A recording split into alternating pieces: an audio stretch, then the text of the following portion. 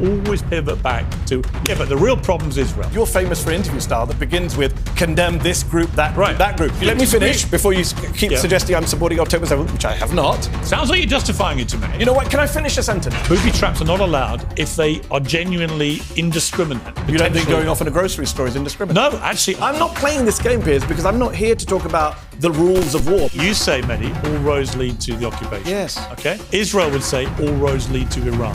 Who cares what Israel says? They've lied for the last year. They've lied for 30 years. Who cares what they say? I'm curious what you think Israel could do that would pass your test. Probably not much. I'm as close to a pacifist as you can get. Just saying I want it, or I want peace and joy. You sound like Kamala Harris. Well, two seismic issues are dominating the global news agenda. What happens next in each of them will have a profound impact on the state of the world. The first, of course, is the forthcoming US presidential election.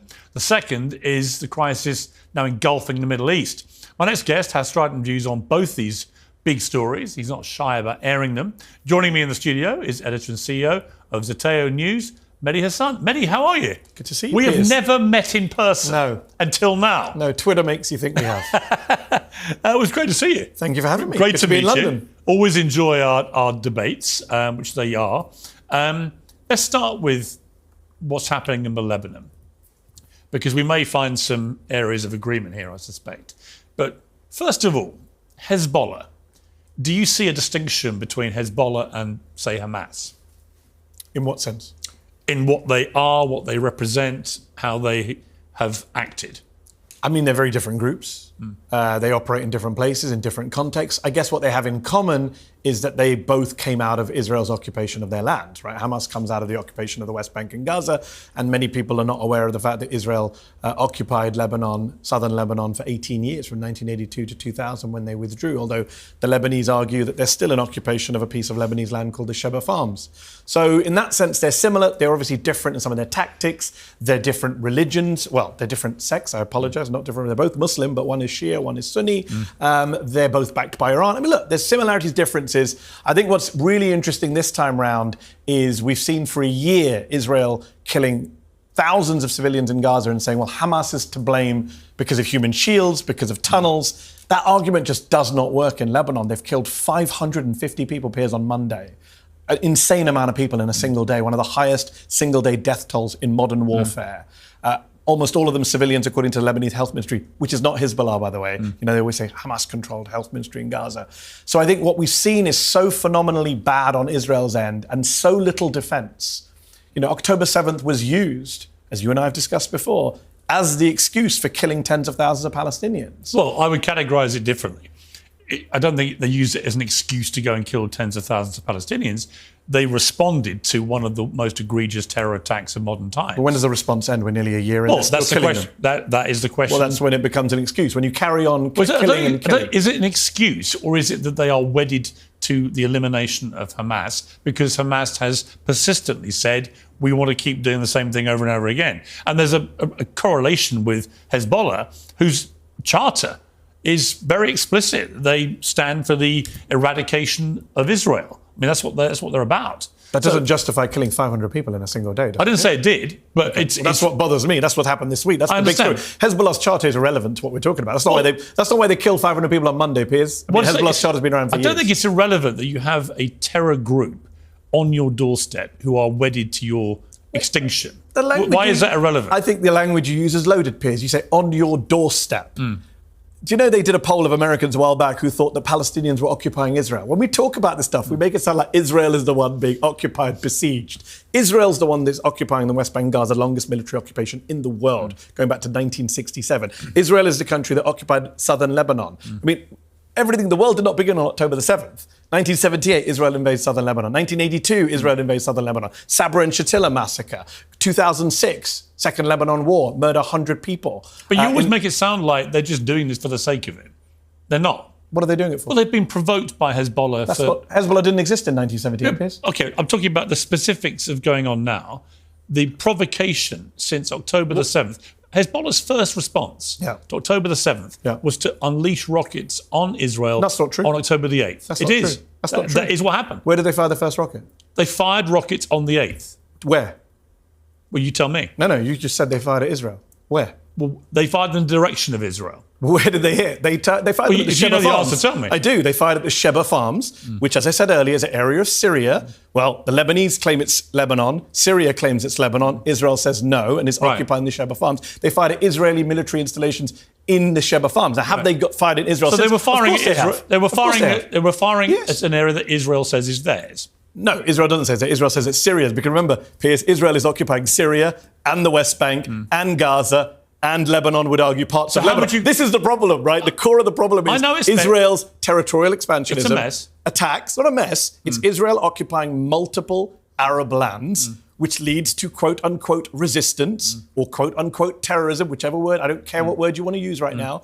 But that is the core, right? You had John Mearsheimer on the show this week, made the same point. Deal with the occupation, then you deal with the violence. And look, has Hezbollah fired into Israel at civilian targets? Yes, I don't agree with that. But the reality is 82% of the exchange of fire between Lebanon and Israel since October the 7th has been done by Israel. Okay. 82%. But is that not a provocation of Let Hezbollah? me finish my point, which is that since October the 8th, 19,000 missiles, rockets have come from Hezbollah to Israel, right? But way more from Israel into Lebanon. Well, I'm sure. 82%. Of course they've responded. What else are they supposed to do? 82%. But This is not two equal sides. So they can't defend themselves. But the vast majority of attacks is on Lebanon. Okay, but would you condemn the firing of rockets by Hezbollah or not? Of course, I condemn all attacks on civilian targets. Well, we know that, Piers. We've discussed this. I'm going to come to Israel's response. I don't come on shows to defend militant groups or foreign governments. Okay. So I come on shows to say, let's end the violence. Yeah. Let's sort out what the solution is. Yeah. Let's look at the root cause of the violence. It is undeniable that the root cause of the violence is Israel, Israel's occupation, the genocide in Gaza. What did the leader of Hezbollah say? He said, we won't fire any rockets if you end the killing in Gaza. What did the president of Iran say? We won't retaliate for what you did to Ismail Haniyeh on Iranian soil if you end the killing in Gaza. What did the Houthis say? We'll stop blocking ships if you end the killing in Gaza. Where do all roads lead back to? Why would you believe any of those people? I don't believe any of them. I'm Ronald Reagan. You're citing them as if there's sort of gospel statements from people who have unimpeachable I'll tell you why, if you let me finish. I'm Ronald Reagan. A bunch of terrorists said, we won't do X, Y, Z if you do this. I'm Ronald Reagan. I say verify. Call their bluff. If they're lying, call their bluff. Stop the Gaza fighting and then see what happens. Yeah, but Israel has called Hamas's bluff. When? There was a ceasefire in place before October the 7th. That's not true. Well, it is true. That's not true. Well, it is true. It's fundamentally false. They were attacking Palestinians the week before October the 7th. In September, you can Google it on that tablet. What's your definition of a ceasefire? Well, Israel gets to attack people and not the other way around. Okay. In September, hold on. In September, you just made a charge that's not true. There's a tablet there. You can Google it. Guardian headline, right there. You can go see the news report. I don't Google during interviews. Well, afterwards, everyone can. There's a Guardian headline, September 2023, a month before October the 7th. The headline is Palestinians shot in the ankles by Israel in Gaza, attacked. There were airstrikes in Gaza. And by the way, Gaza is not isolated. Gaza and the West Bank under international law are one entity. There were several hundred Palestinians killed in the West Bank before October. But my point to you, Mehdi, is so there was no ceasefire. You just can't say it's just not true. They would say there was a ceasefire, and it's not true. We'd say otherwise. The facts say otherwise, Piers. But what I've noticed with you is you always downplay anything which might be deemed by Israel to be provocation. No. You're always not at all. Did I downplay October 7th? I don't think I ever have on your show or anywhere else. No, but it's a horrible crime. But what you do, in your debating style, and it's an impressive debating style, but you always pivot back to, but the real problem's Israel. Yeah, but the real problem's Israel. Hold on. If we're going to talk about styles, Piers, you're famous for interview style that begins with condemn this group, that group, that group. On Monday, 500... Hold on. Let me finish my point, then you come back in. 500 people were killed on Monday. 100 women, 50 children. I assume you condemn that and don't support the killing of civilians in Lebanon, right? 500 people died. That's the equivalent of 30,000 Americans or 6,000 Brits in a day. Sure. And yet we started this interview with Hezbollah Charter. So if you're going to talk about styles, you're focusing on the wrong thing. Okay. I'm going to focus on 500 people dead. Let me come back to the week before, where 3,000 Hezbollah terrorists were targeted specifically. How do you know that? What do you mean? How do I know that? You just said 3,000 Hezbollah terrorists were targeted. How many was it? I don't know. I'm asking you. Made the claim. That is what's been reported. Do you dispute that? Yeah, I dispute everything Israel says. They've lied for a year, Piers. You don't know the real number. But I didn't give a number. You did. Well, what has been the number from the other side? I didn't give a number. You said 3,000 terrorists. I'm wondering why. That is what's been reported. No, it's not reported. It's what's said by Israel, or it's what's said by people speaking on behalf of Israel. So was a little girl who died? Hang on. Israel hasn't even said it did it. They have in private. It's been reported widely to the American government. Okay, but don't say they said it publicly. They haven't. But Obviously, being I killed. believe they did it, right? But I believe they did it but too. you're saying they said this in public. You just gave a 3,000 number, and I'm wondering. I just saw a little girl's funeral last week. Was she a Hezbollah terrorist in your view? No. So then why did you say 3,000 terrorists? There was a kid killed. I was about to say that in the process of targeting very specifically in an extraordinarily whichever way you look at it. In a terror attack. Well, that's what I'm going to come to. So they target 3,000 Hezbollah terrorists with their pagers, walkie-talkies, and so on. In the process, a small, comparative to that number, a small number of civilians get killed, which is obviously deplorable. But my point to you is, if someone's been chucking rockets over for a year at you and your people, you've had to displace 60,000 people from the north of your country because of his relentless bombardment, and you eventually respond in such a precise, targeted fashion, right? And in the process, some civilians are killed, which is never acceptable, can never be condoned, never be supported. But if it is right, as has been widely reported by all mainstream media, that 3,000 terrorists people associated with Hezbollah. Not everybody in Hezbollah is a terrorist. Okay. Like a driver, a nurse. 3,000 members of Hezbollah were targeted, right? Yeah.